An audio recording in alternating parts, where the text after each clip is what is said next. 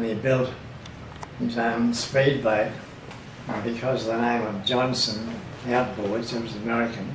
They used to ride from America on big wooden crates, and the men at the shop had knocked the crates away, and these motors would be standing up, properly, and they'd take them out. And he built this racing boat out of marine ply and called it Baby Johnson, and used to race in the Burnett River.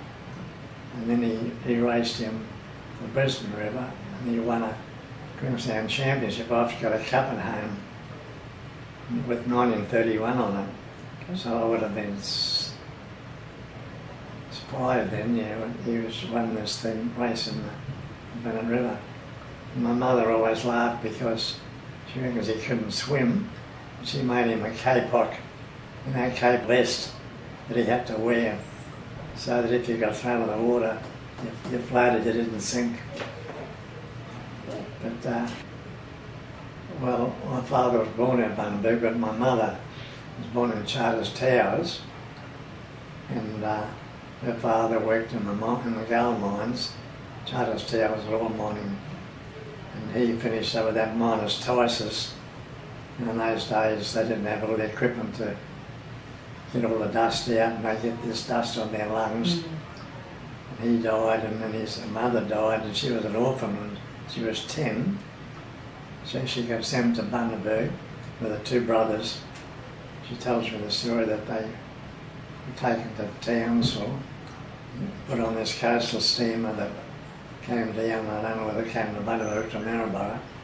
And her and her 2 brothers, they had aunts or uncles here in Bundaberg.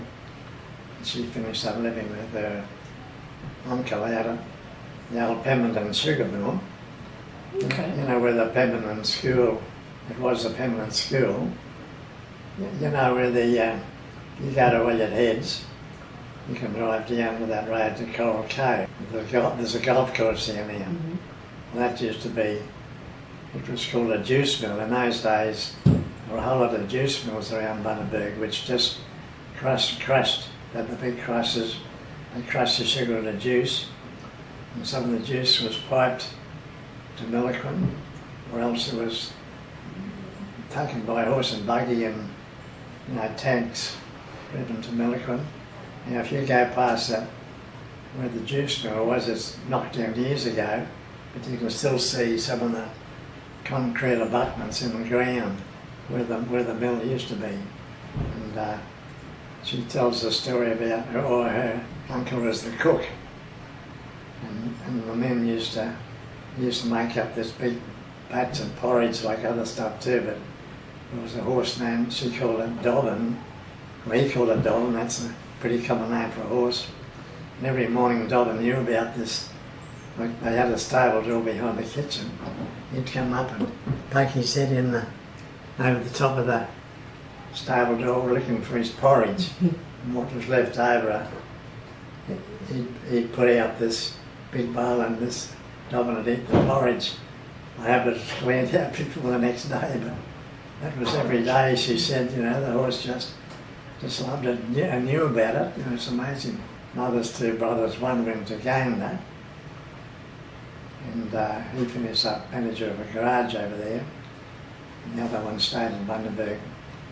And it was Bill Clowry. He used to sell pies, like her maiden name was Clowry, C-L-A-R-R-Y. Even in the high school days, that's in the days when Bill Clowry and Horry Manning and a few others used to pedal. Remember there was a bike. They sat back here and they had they had this big oven thing, put acid underneath, and Horry Manning would come to the school at lunchtime, and the joke was they were 3p each, and the joke we'd say to Horry was, pea in the hand, Horry. Pea in the hand meant with that mushy peas. South, when I got to 5, that's when we started to walk to school, because it wasn't far from the house. We used to walk along Waller Street, and we picked up, there was about a dozen of us every morning, kids in that house and that house and that house. And got to school and always in bare feet. One of my letters to the paper, I said the boys always had bare feet, but the girls had most of them had shoes on, but we had bare feet. It didn't matter about prickles or thorns, we had pretty tough feet. But on the way home, we'd stop at that town side of the creek and play, fall in, get mud up the hair, chasing those, what they call the mud skippers. Mud skippers like a fish that's on top of the mud. Have you ever seen them? They look a bit like a toad. They jump all over the place and we try and grab them. There was a boat there, it was a rusty hulk, it's disappeared now, but it was pretty big. It was there for years. Other people wrote in the paper about it. Somebody said it was around in Tyther Street. And I said, no way in the world. We used to play in it in Waller Street, opposite where Clemmy's Plumbing is now. Mm-hmm. And that was all flooded during the war. And I remember this Kiwis, they bought a kid out from China. I don't know whether he was a relation or a relative. And he could only speak Chinese. And I asked Mum if we could take him to school, so every morning when we used to pick him up, take him to school, and we sort of taught him a bit of English, and at school he learned a bit of English, and that's how it all started off. And at the time they were very happy that we did that, give us some fruit or something. And the other thing, other people we had next door, the Yareds, Y-A-R-E-D, they came from Syria. They had, did you know Yared's men's store in Bundaberg? Probably didn't. Down, where it's in Bourbong Street, just next to the pub on the corner of Targo Street. It was at the Grand Hotel. And they eventually started opening one in Maryborough. And they used to do a lot of advertising there. But they bought a wife out from Syria, and she couldn't speak English. And they asked Mum if she'd teach this wife to speak. And Mum still had our little school readers, A, B, C, D, E, F, G, and rat and cat and mat. And she used to come on. I remember when we come home from school, the Syrian lad would be sitting in the kitchen with Mum having a cup of tea, and Mum would have these little books. And then she'd go home, and later on Mum would say, listen, and we could hear this lady walking around. Rat, R-A-T, mat, M-A-T. So that's how she learned English. In that same street there was Christensen's next door, and on the corner opposite this sugar shed was McGlynn's, M-C-G-L-Y-N-N. Rex McGlynn later on played football for Queensland. Okay. And his father was one of the wharfies who worked on the wharf. And opposite us on the corner was the Valentines. And the Keenans, they worked in the mill mostly, 6 months of the year. And then there was the Mifsids, they were Maltese. And then Young's on the other corner. I go to that corner now, that's where my tax man is. Bundaberg tax accounting. I'm halfway through my tax return now. So that's where that's where Young's used to be. And Mum tells the story, one of the carpenters in the shop built us a sledge, on a run, just a runner, 2 runners, nice sledge with a seat and a bit of rope. And we used to, all we kids used to pull each other around in those days it was just grass footpath, no gutters, just grass. And it was my turn, about 4 blokes in the front, raced around that corner, over the gutter, and I went up in the air, landed on a broken bottle, broken glass. And Mum said, the first thing she heard was me crying my eyes out, running home. And in those days, there's no things like Band-Aids. She used to embarrass me in front of other people by saying she had to put a nappy on me, like she was ripping up old sheets, tying a nappy around this. I still got the scar there. That's what happens. We walked a lot, but eventually got a bike. My bike was stolen during the war like the Air Force Station was here. It started in 1942, pretty big Air Force Station. And the men used to come to town, probably came in a truck, Air Force truck, and they'd pinch, like we used to go to the pictures, and all our bikes was the Winter Garden Theatre, which is now the video shop. There'd be about 10 rows of bikes you had to wait. If you got there early, your bike was against the wall. But if you got there last, you were out here, you had to wait till. Anyway, my bike got stolen.